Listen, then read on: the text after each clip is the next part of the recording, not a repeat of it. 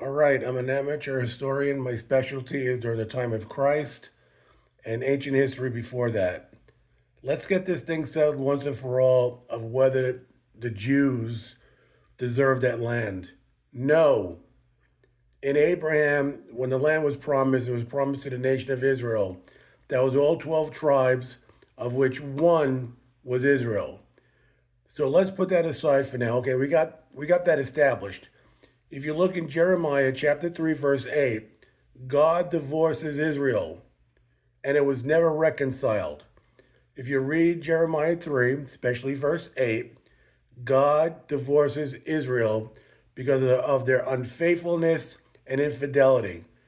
That divorce was never reconciled.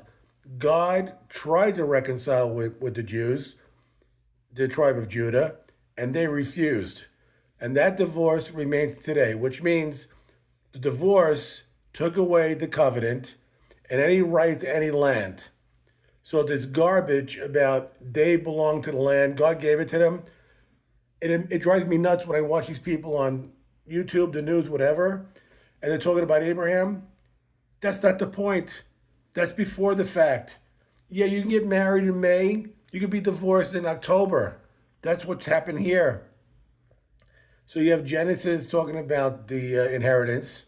Fine. But then in Jeremiah 3:8, there is no doubt about it that God divorces Israel. And when God divorced Israel, Israel lost their ties to God because they rejected God. And numerous times God tried to reconcile and they refused. So that just added insult to injury. So if anybody thinks that Israel owns that land or belongs to them, no. Jeremiah 3:8.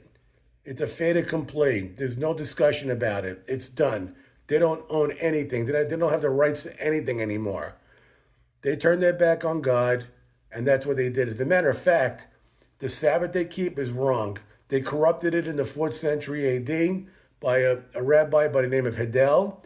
He changed it because the Russians weren't happy about how the Sabbath changed every month on a regular basis. That's the truth. I've done the research.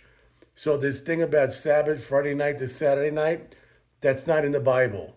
Okay, they made that up. And even their holy days are on the wrong days because they use a different calendar, not God's calendar. They've corrupted the whole system. And that's the truth.